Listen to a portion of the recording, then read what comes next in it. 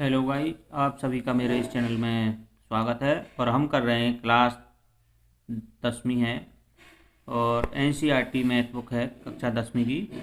और उसका हम कर रहे हैं चैप्टर 3 दो चर वाले रैखिक समीकरण युग्म। और प्रश्नावली है 3.1 और आज हम करेंगे उसका प्रश्न नंबर 2। प्रश्न नंबर 2 में लिखा है अनुपातों A1/A2 B1/B2 और C1/C2 और C1/C2 की तुलना कर ज्ञात कीजिए कि निम्न समीकरण युग्म द्वारा निरूपित रेखा एक बिंदु पर प्रतिच्छेद करती हैं, समांतर हैं या संपाती हैं। हमें किसका प्रयोग करना है? इस रेशो यानी इस अनुपात का प्रयोग करना है और ये बताना है इनके आधार पर कि जो रेखाएं खींची जाएंगी यानी ग्राफ रेखा जो खींची जाएंगी, जो रेखाएं होंगी वो किस बिंदु पर प्रतिच्छेद करेंगी। एक बिंदु पर प्रतिच्छेद करेंगी, समांतर होंगी या संपाती रेखाएं होंगी। तो आइए बच्चों करते हैं क्वेश्चन नंबर 2 और उसके पार्ट हैं यहाँ पर 3। तो पहला पार्ट है 5x यानी 5x घटा 4y जमा 8 बराबर 0, 7x जमा 6y घटा 9 बराबर 0। तो पहला जो पार्ट है वो करते हैं।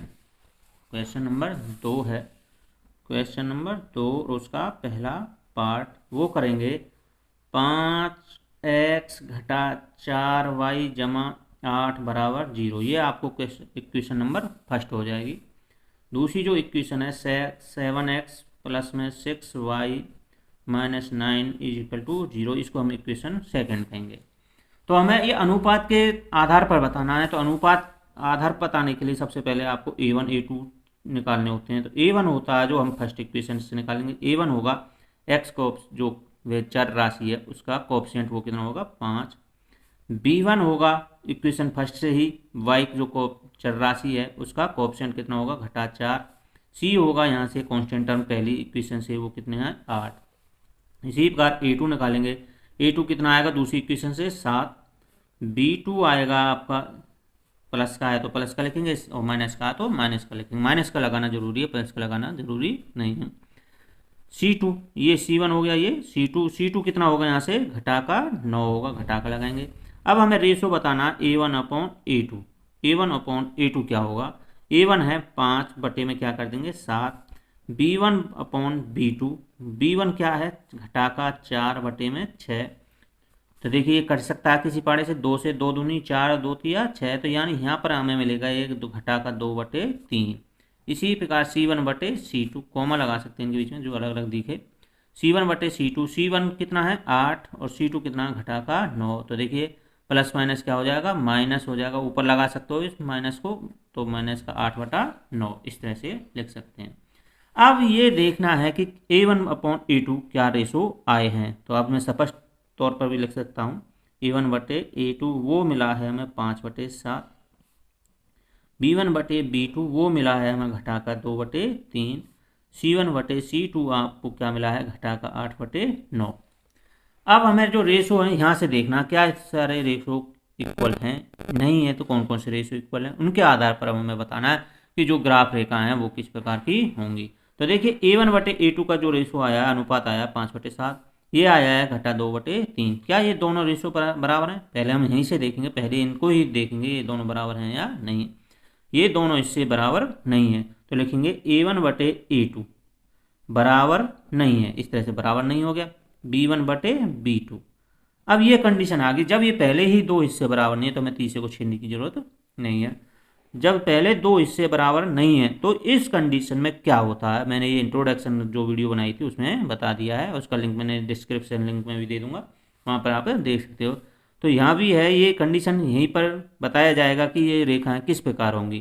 तो ये पहली जो कंडीशन होती है A1/A2 बराबर नहीं है B1/B2 के, तो यहाँ पर जो ग्राफ रेखाएं होती हैं एक बिंदु पर प्रतिच्छेद करती हैं। तो यहाँ पर लिखेंगे ग्राफ रेखाएं एक हमें बताना है केवल जो रेखाएं प्रतिच्छेद करेंगी या नहीं करेंगी। करेंगी तो कहाँ कहाँ करेंगी? तो ग्राफ रेखाएं एक बिंदु पर प्रतिच्छेद करेंगी,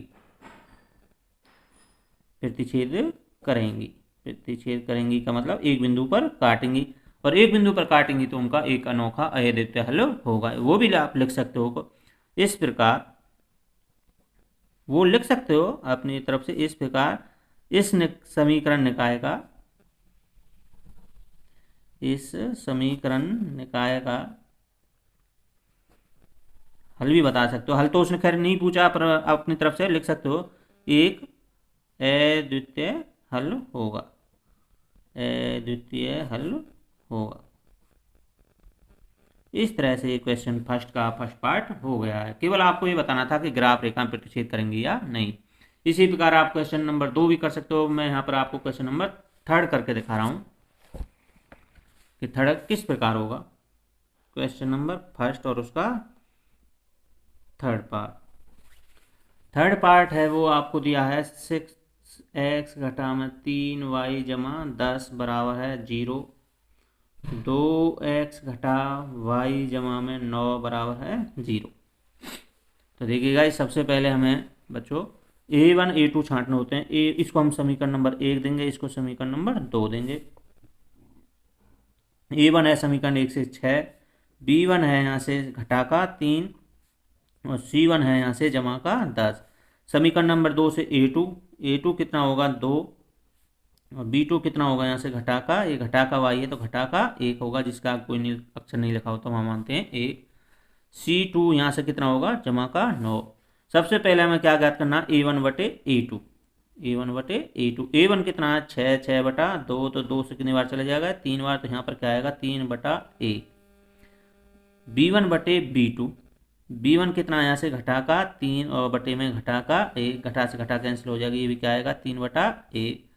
c1 बटे c2 कितना यहाँ से 10 बटे में 9, ये किसी भी पाड़े से नहीं करते, तो स्पष्ट तौर से लिख देते हैं a1 बटे a2 बराबर है 3 बटा 1, b1 बटे b2 बराबर है 3 बटा 1, ये आया था, और c1 बटे c2 बराबर है 10 बटा 9।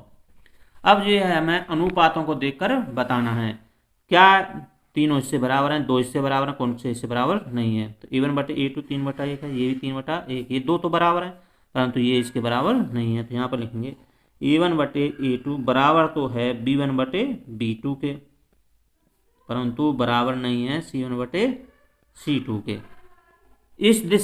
इस स्थिति में a1 बटे a2 बराबर है b1 बटे b2 बराबर नहीं है c1 बटे c2। इस स्थिति में क्या होता है कि ग्राफ रेखाएं कहीं भी एक दूसरे को नहीं काटती, वो कैसी होती हैं, समांतर रेखाएं होती हैं। तो यहाँ पर लिखेंगे ग्राफ रेखाएं, केवल रेखाओं के बारे में बताना था, ग्राफ रेखाएं समांतर होंगी, ग्राफ रेखाएं समांतर होंगी।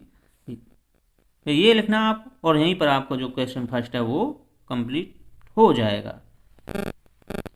और समांतर रेखाएं एक दूसरे को कहीं भी नहीं काटती हैं। तो इस प्रकार क्वेश्चन फर्स्ट कंप्लीट हो गया। और यदि बच्चों अभी तक आपने मेरा चैनल सब्सक्राइब नहीं किया तो सब्सक्राइब कीजिए, बेल आइकन पर ऑल को क्लिक कीजिए, लाइक कीजिए और शेयर कीजिए।